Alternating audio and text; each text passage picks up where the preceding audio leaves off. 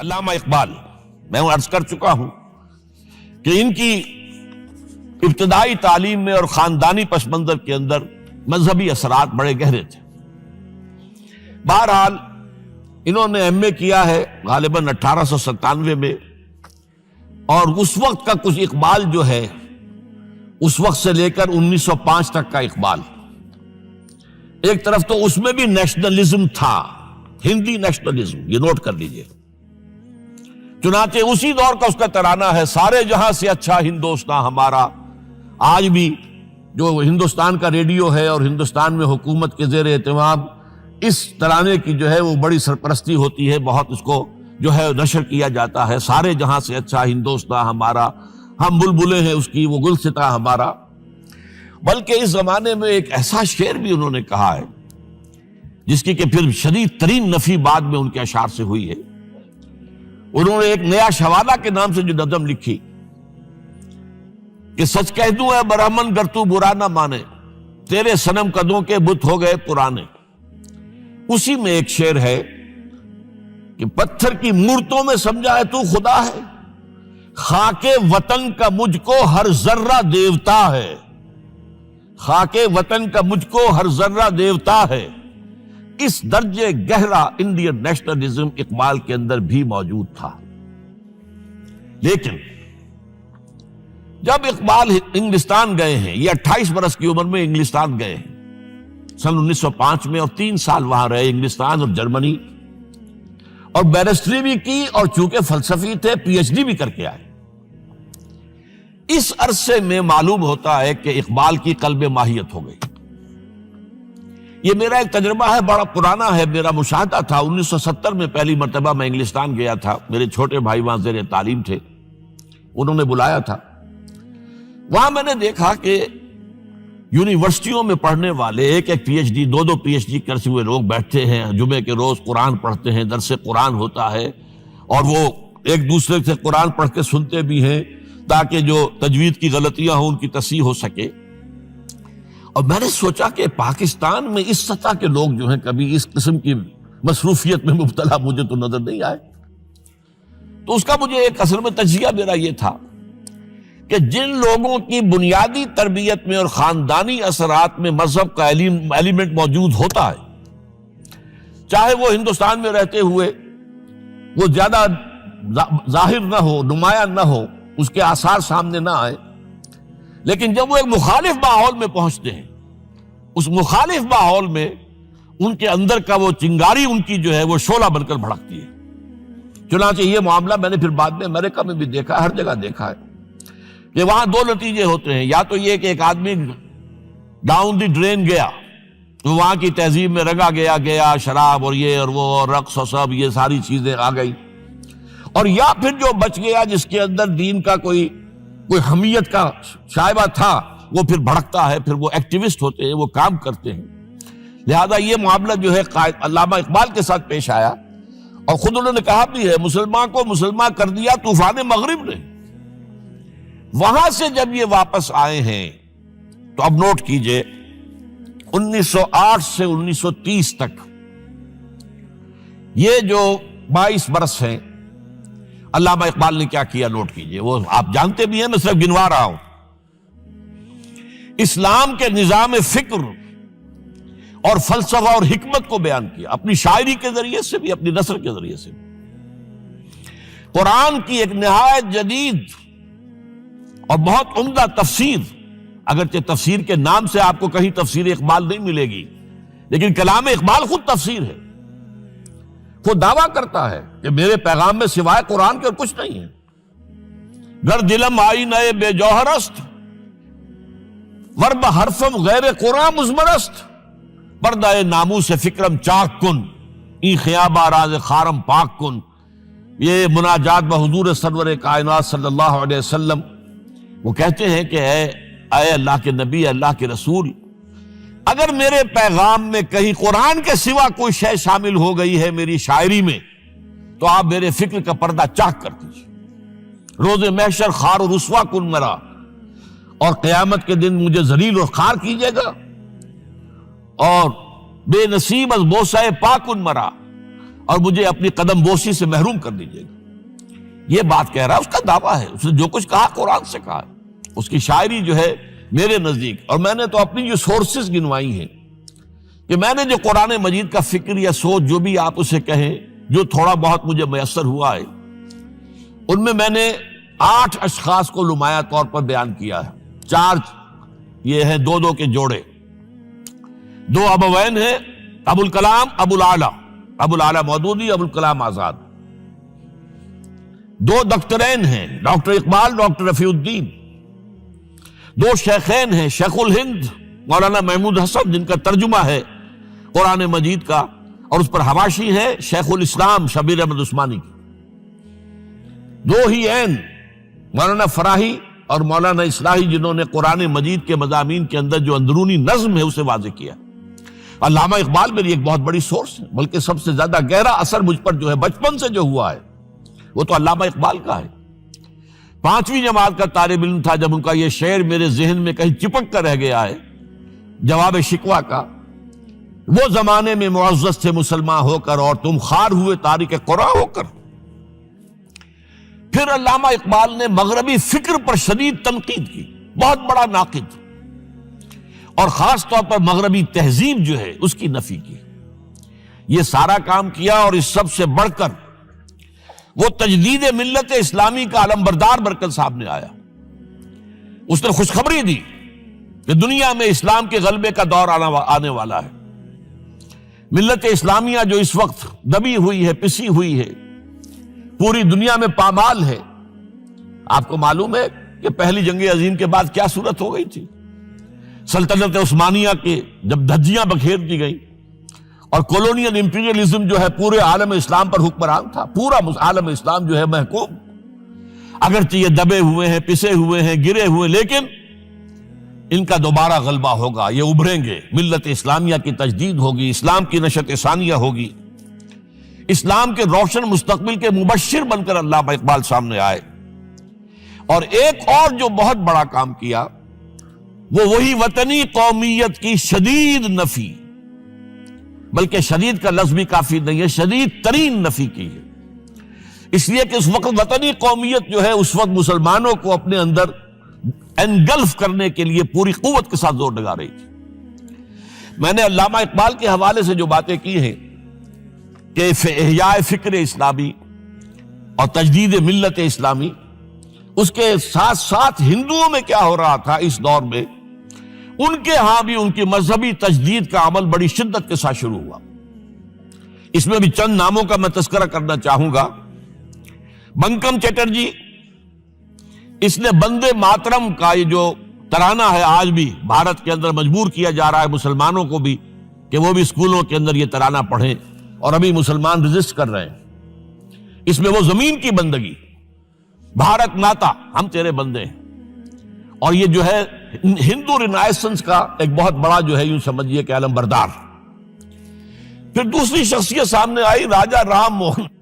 یہ شخص بہت بڑا فاضل، بڑا عالم، 10 کے قریب زبانیں جو ہے ان کا ماہر، جس میں یورپینز بھی اور ایسٹرن بھی. پھر یہ کہ یہ مسلمانوں کا ہمدرد بن کر آیا. انگریز نے جب یہاں پر ان کے پادریوں نے تثلیث کی تلقین شروع کی ہے تو آئینہ توحید کے نام سے اس نے کتابچہ لکھا اس کی نفی کے لیے. اس حوالے سے یہ کچھ ایسی شخصیت بننے کی کوشش کر رہا تھا کہ مسلمان بھی اس کو قبول کریں. اور اس کے بعد پھر اس نے برہمو سماج کے نام سے ایک ادارہ قائم کیا. یہ وہی تھا کہ جو اس سے پہلے اکبر نے جو فلسفہ دیا تھا دین الہی، بھئی اللہ کا معاملہ کرو، صرف اللہ کو سب مانتے ہیں، صرف نام ہے مختلف ہے. کسی نے کوئی نام رکھ دیا، کوئی مہادیو کہتا ہے، کوئی کچھ کہتا ہے، کوئی گاڈ کہتا ہے، سب خدا کو تو سب مانتے ہیں. یہ جو رسالت کا معاملہ ہے اور شریعت کا معاملہ ہے، یہ فساد کی جڑ ہے. رسالت کی بنیاد پر شریعتیں مختلف، عبادتیں مختلف، ذرا اس کو پیچھے ڈالو. تو دین اکبری یا دین الہی اس کا نام تھا. اس کے اندر بھی در حقیقت کوشش یہ تھی کہ تمام مذاہب کو ایک ہاون دستے میں ڈال کے اور اس کو کوٹ کے اور چھان پیس کے ایک صفوف بنا کر ایک کامن مذہب ہندوستان کا وجود میں لایا جائے. بہرحال اس وقت اللہ تعالیٰ نے کھڑا کیا ہے حضرت مجدد الفسانی رحمۃ اللہ علیہ کو کہ جنہوں نے اس فتنے کی سرکوبی کی. اس نے بھی مجلس ایزدی کے نام سے ایسا ہی ادارہ شروع کیا، اور یہ گویا کہ ٹھنڈی چھری کے مانند، اس لیے کہ اسلام کا دار و مدار تو رسالت پر ہے. بقول اقبال بمصطفیٰ برسا خویش را کے دی ہماؤست، اگر باؤ نہ رسیدی تمام بول آبیست. اسلام کا تو سارا معاملہ، دین جو ہے اس کا سارا جو دار و مدار ہے وہ رسالت پر ہے، نبوت پر ہے، اسی پر شریعت کا سارا دار و مدار ہے. رسالت سے کاٹ دیجئے، حدیث سے کاٹ دیجئے، سنت سے کاٹ دیجئے، تو پھر قرآن کو پھر موم کی ناک بنا کر جو چاہیں آپ تعبیر کر لیں، جو چاہیں تشریح کر لیں، جدھر چاہیں اسے موم کی ناک کی طرح بوٹ کر لے جائیں.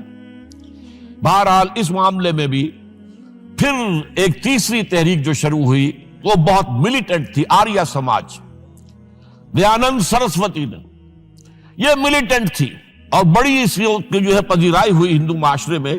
انہوں نے کھل کر یہ کہا کہ ہندوستان صرف ہندوؤں کا ملک ہے، یہاں مسلمانوں کے لیے کوئی جگہ نہیں، لہذا یا ہندو ہو جائیں مسلمان اور یا پھر یہاں سے ہجرت کر جائیں. کھل کر آریہ سماج، اسی کے تحت پھر مہاسبھا بنی، اسی کے تحت RSS، انتہائی ملیٹنٹ آرگنائزیشن جو ہے ہندوؤں کی، یہ سب جو ہے دیانند سرسوتی کا. یہ اسی طریقے سے پھر شدھی کی تحریک شروع ہو چکی تھی، ریکلیم کرو مسلمانوں کو. یہ ہم ہی میں سے تھے، ان کے آباء و اجداد کہیں جو ہے مسلمان ہو گئے، انہیں واپس لو. چنانچہ راجستھان کے علاقے میں جہاں بڑی جہالت تھی، مسلمانوں میں علم نہیں تھا، بس کہیں بزرگوں کے کسی زیر اثر فیض سے، کسی صوفی کے وہ اسلام تو لے آئے لیکن تربیت کا کوئی انتظام ہوا ہی نہیں، مسلمان حکومتوں نے کیا ہی نہیں، کچھ بھی نہیں کیا. تو نتیجہ یہ نکلا کہ بڑے پیمانے پر شدھی کی تحریک ہو رہی تھی. میوات کے علاقے میں بڑی تیزی کے ساتھ مسلمان جو میو تھے وہ ہندو ہو رہے تھے. اسی پر تحریک اٹھائی ہے مولانا الیاس رحمت اللہ علیہ نے. ان کا مقابلہ کرنے کے لیے، اس تحریک کا، اس شدھی کی تحریک کا مقابلہ کرنے کے لیے یہ تبلیغی جماعت کا نظام بنایا تھا کہ بس 6 باتیں لو اور جاؤ، دیہات میں جاؤ، چنے لے کر گڑ لے کر جاؤ، کسی کا کھانا نہ کھاؤ، اپنا کھانا کھاؤ، کوئی تنخواہ نہیں، اور دین کی تبلیغ کرو. یہ نظام ان کا در حقیقت اسی شدھی کی تحریک کے جواب میں شروع ہوا. پھر سنگٹن کی تحریک شروع ہوئی کہ ہندوؤں کو سب کو جمع کر لیا جائے.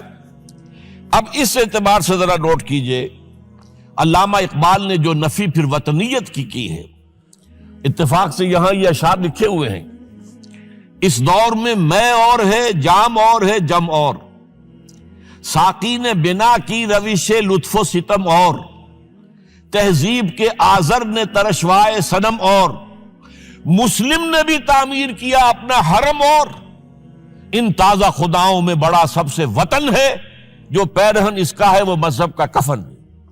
اب ذرا قلب ماہیت کا اندازہ کیجئے. وہی شخص جو کہہ رہا تھا کہ خاک وطن کا مجھ کو ہر ذرہ دیوتا ہے، وہ آج اس وطن کو ایک سب سے بڑا بت قرار دے کر اور اس کا قلع قمع کرنے کے لیے کس قدر زوردار الفاظ جو ہے. اور یہی دوسری طرف یہ بت کہ تراشیدہ تہذیب نوی ہے. یہ جو نیشن سٹیٹ کا تصور ہے، یہ 18ویں صدی سے یورپ میں شروع ہوا. نیشن سٹیٹ، ایک ملک میں رہنے والے سب شہری ہیں، برابر ہیں، اور ان کے اندر مذہب کا اختلاف ہو، یہ اس کا کوئی حیثیت نہیں.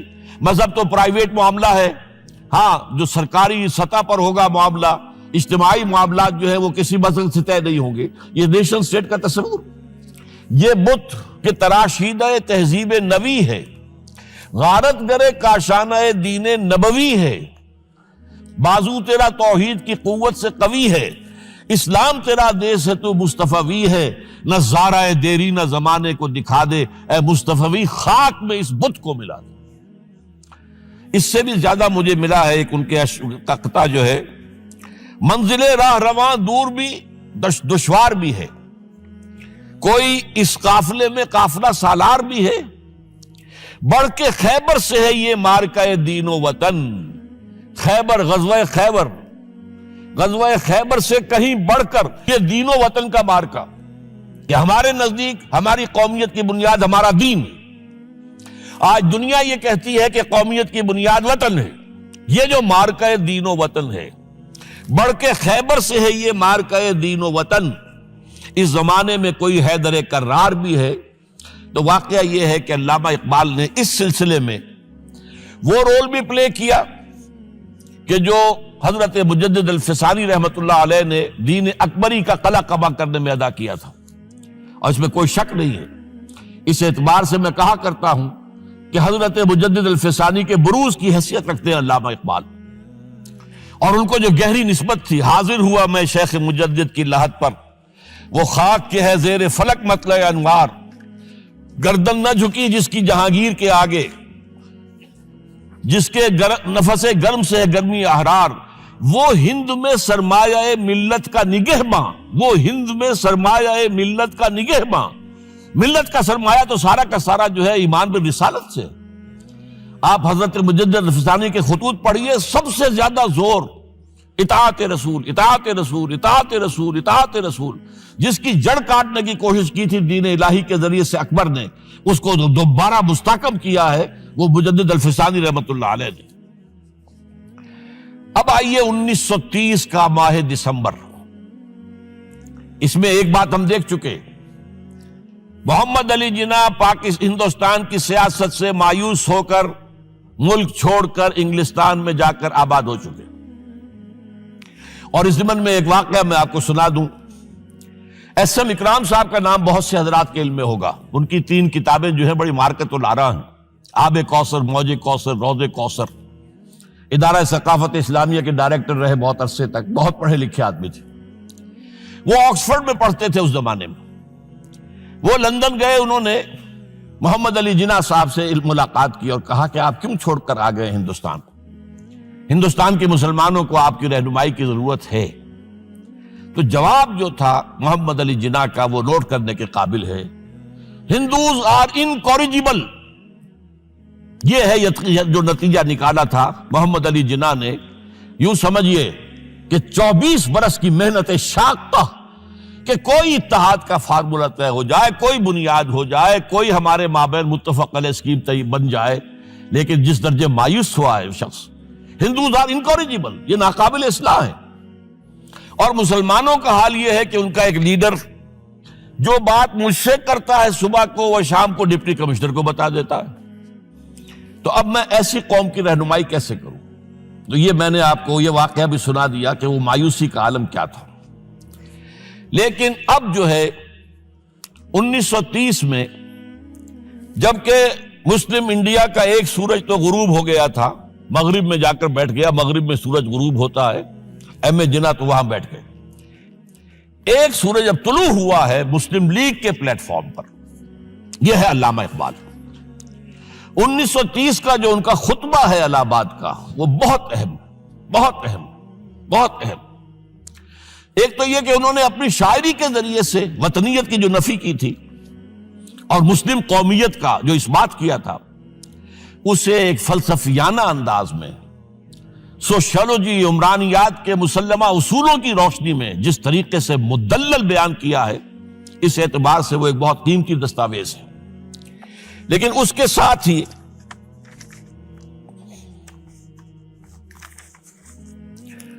انہوں نے ایک تجویز پیش کی، وہ اور یوں بھی کہیے کہ ایک پیشن گوئی کی۔ وہ پیشن گوئی یہ تھی کہ ہندوستان کے شمال مغرب میں ایک مسلمان ریاست قائم ہوگی، اور پھر یہ بھی کہا میں مطالبہ کرتا ہوں کہ وہ قائم ہو۔ البتہ اس میں بعض لوگ جو ہیں اس پر یہ تنقید کرتے ہیں کہ علامہ اقبال نے تو یہ کہا تھا I would like to see the Punjab, the Northwest Frontier Province, Sindh and Balochistan amalgamated into a single state. Self-government within the British Empire or without the British Empire.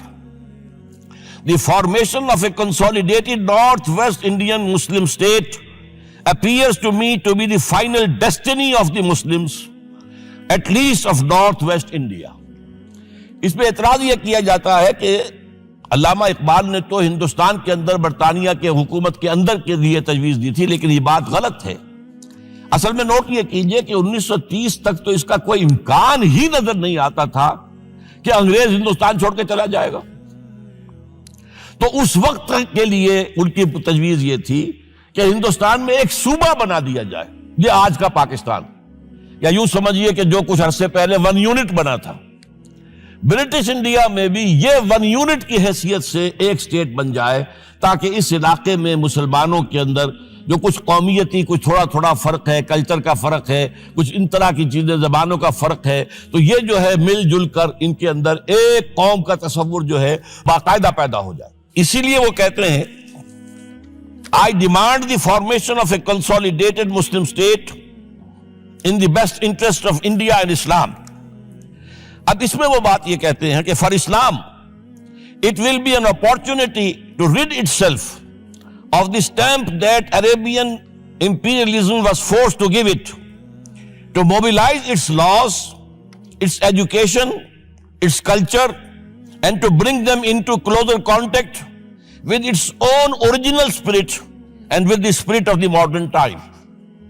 وہ کہتے ہیں کہ اگر ایسا ہو گیا، ایک تو یہ کہ ڈیسٹنی ہے، ہوگا، رہے گا، شمال مغربی ہند کے اندر ایک مسلمان ریاست قائم ہو کر رہے گی۔ اب یہ پروفیسی بھی تھی، پیشن گوئی، اور یہ بھی کہ میں مطالبہ کرتا ہوں، ایک تجویز بھی تھی، لیکن اس کا جو اصل عنصر ہے، جو میرے نزدیک جو انقلابی حصہ ہے، جہاں تک ہندوستان کی جو تقسیم کا معاملہ ہے، یہ اور بھی بہت سے لوگوں کی طرف سے یہ باتیں آتی رہی تھی۔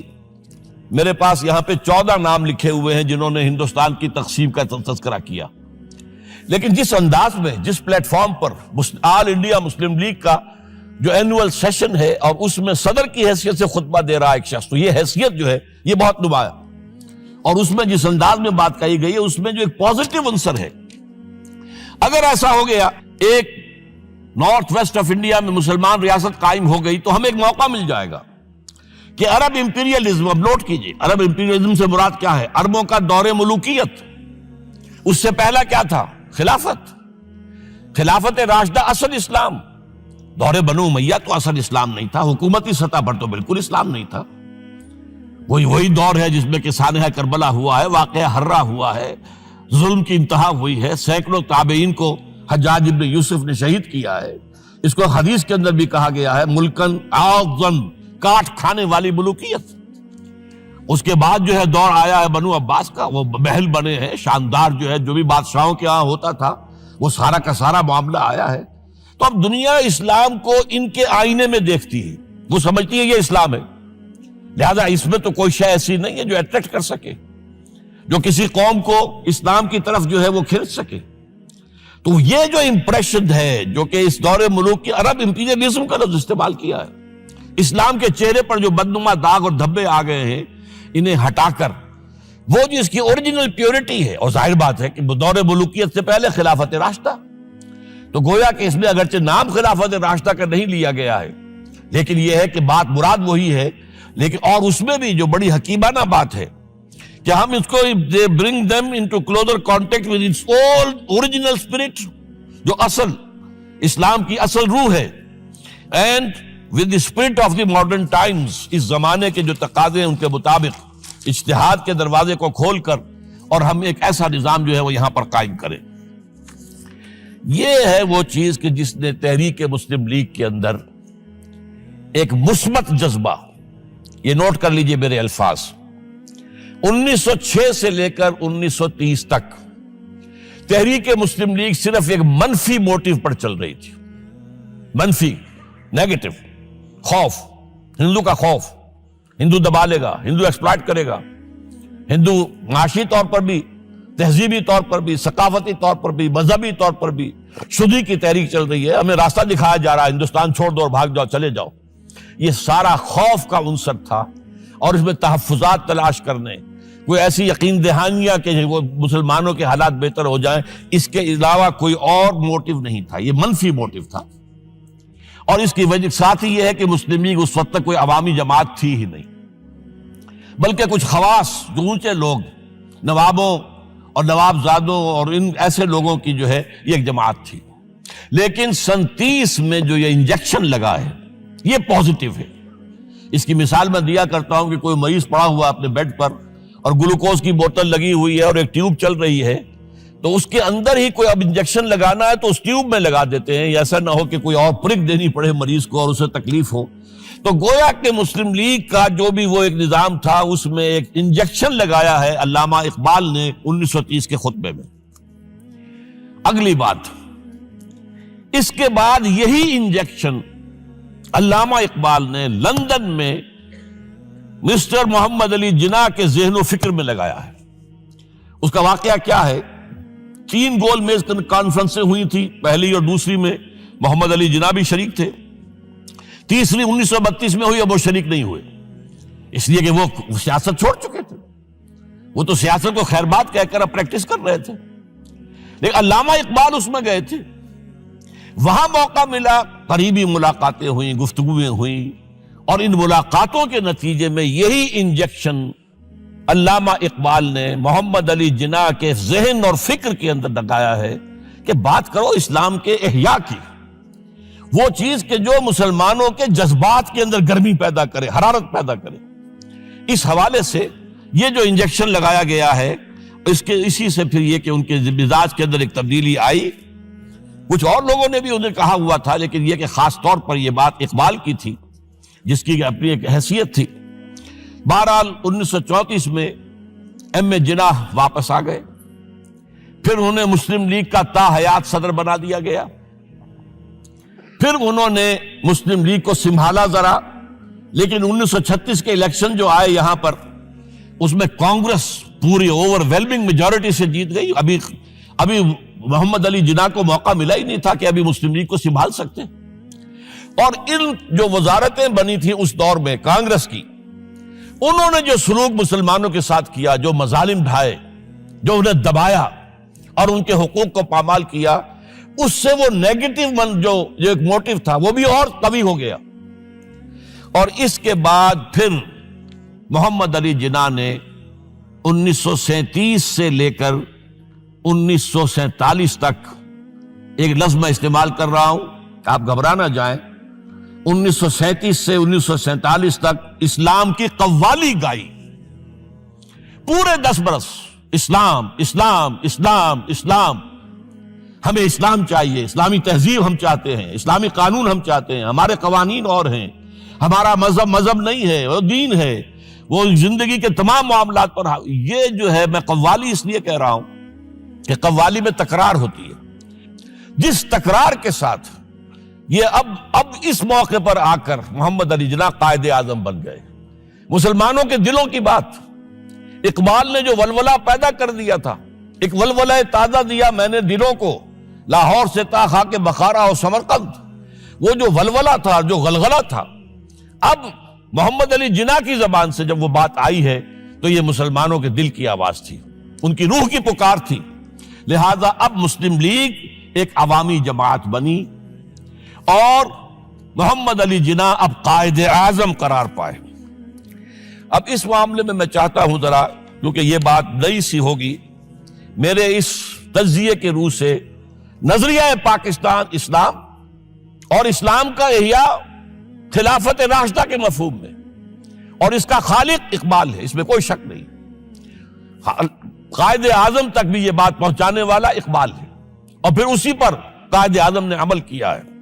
تو اس چیز کو بہت سے لوگ جو ہیں آسانی کے ساتھ تسلیم نہیں کریں گے، لیکن میں یہ چاہتا ہوں کہ خود قائد اعظم نے علامہ اقبال کے بارے میں جو کچھ کہا ہے، اس کی 2 کوٹیشنز آپ کے سامنے رکھ دوں۔ کلکتہ 21 اپریل